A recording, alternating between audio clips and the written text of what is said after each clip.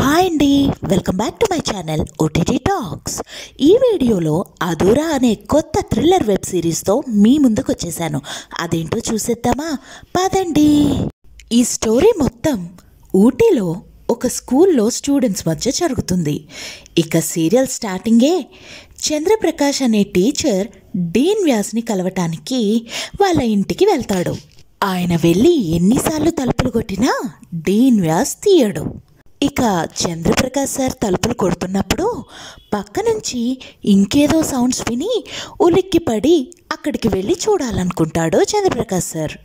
మెల్లిగా వెనక్కి వెళ్ళి చూడగా అక్కడ ఒక డోరు ఓపెన్ అయ్యి గాలికి కొట్టుకుంటూ ఉంటుంది.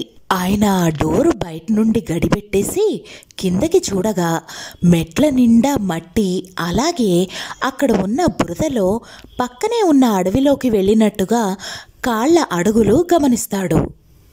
ఆయన అలాగే గమనిస్తూ ఉండగా తను గడిపెట్టిన డోరు ఓపెన్ అవుతుంది సడన్గా. చంద్రప్రకాష్ సార్ ఉలిక్కిపడి అసలు లోపడేమవుతుందా అని చూడటానికి మెల్లిగా లోపలికి వెళ్తారు.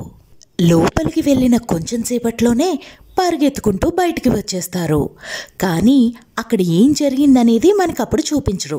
ఆయన పరిగెత్తుకుంటూ స్కూల్కి వెళ్ళి స్టాఫ్ రూమ్లోకి వెళ్ళిపోతారు. స్టాఫ్ రూమ్లో ఉన్న టీచర్స్ అందరూ ఏమైంది, ఏం జరిగింది, ఎందుకు కంగారు పడుతున్నారు అని అడుగుతారు. అప్పుడు చంద్రప్రకాష్ కంగారుగా డీన్ వ్యాస్ చనిపోయారు అని చెప్తారు. అక్కడి నుంచి మనకి వెబ్ సిరీస్ స్టార్ట్ అవుతుంది.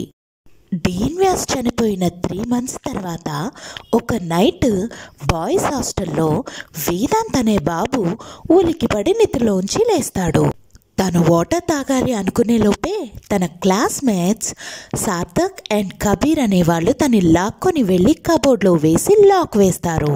ఆ వేదాంత్ భయంతో సార్థక్ ప్లీజ్ నేను ఊపిరి తీసుకోలేకపోతున్నాను, నన్ను బయటికి రానివ్వండి, నేను ఎవరికీ చెప్పను అని బతిలాడతాడు.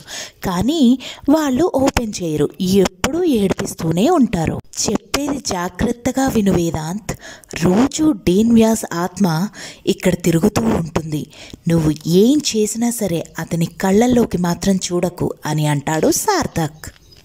అలా చెప్పేసి అక్కడ లైట్లన్నీ బంద్ చేసి అక్కడి నుంచి వెళ్ళిపోతాడు సార్థక్. అలాగే భయపడుకుంటూ పడుకుండిపోతాడు మన వేదాంత్. కొంచెం సేపటికి అక్కడ సార్థక్ చెప్పినట్టుగానే ఎవరో వస్తారు.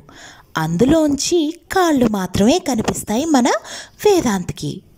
కబీర్ నువ్వేనా వచ్చింది? నాకు ఊపిరి ఆడట్లే కబీర్, భయం వేస్తుంది, ప్లీజ్ నన్ను బయటికి రప్పించు అని రిక్వెస్ట్ చేస్తాడు మన వేదాంత్. ఆ గ్యాప్లోండి భయంకరమైన కళ్ళను చూసి భయపడతాడు వేదాంత్. అక్కడికొచ్చిన ఆ వ్యక్తి ఆ తాళం తీసి పడేసి అక్కడి నుంచి వెళ్ళిపోతాడు. ఇక మన వేదాంత్ మెల్లిగా కబోర్డ్లోంచి బయటకు వచ్చేస్తాడు.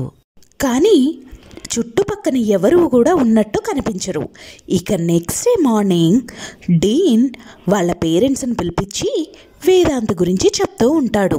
తను అందరిలాగా స్ట్రాంగ్ కాదు, చాలా సెన్సిటివ్, తను హాస్టల్లో ఉండటం మంచిది కాదు, తన్ని ఇంటికి తీసుకెళ్ళండి అని చెప్తూ ఉంటారు. మాకు ఇండియాలో కొన్ని పనులుండటం వల్ల అమెరికా నుండి వచ్చాం, అవి అయిపోయాక వెళ్లే ముందు వేదాంత్ని ఒకసారి చూసి వెళ్ళాలని వచ్చాం, మీరేంట్రా అంటే వాడి మీద కంప్లైంట్లు ఇస్తున్నారు అని సీరియస్ అవుతారు వాళ్ళ డాడీ. అది కాదు సార్, నేను జస్ట్ నా కన్సర్న్ ఎక్స్ప్రెస్ చేయాలనుకున్నాను. వేదాంత్ ఇక్కడ సంతోషంగా లేడు, హాస్టల్లోంచి పారిపోవాలని చాలాసార్లు చూశాడు, ఎప్పుడు చూసినా ఏడుస్తూనే ఉంటాడు అని అంటారు డీన్. నేను కూడా ఇక్కడే చదివాను సార్, బోర్డింగ్ స్కూల్లో ఫస్ట్ ఇయర్ కొంచెం టఫ్గానే ఉంటుంది, అలా అని ఉన్న పిల్లలందరినీ ఇంటికి పంపిస్తారా? అలా చేస్తే మీ బ్యాంక్ అకౌంట్స్ అండ్ స్కూల్ ఖాళీ అయిపోతుంది అని సీరియస్ అవుతారు వేదాంత్ వాళ్ళ ఫాదర్. తర్వాత ఏం జరిగింది అనేది నెక్స్ట్ ఎపిసోడ్లో చూసుకుందాం. ఇలాంటి ఎపిసోడ్స్ మీకు ఎన్నో కావాలి అనుకుంటే నా ఛానల్ని సబ్స్క్రైబ్ చేసుకోండి. Thank you so much for watching. Bye.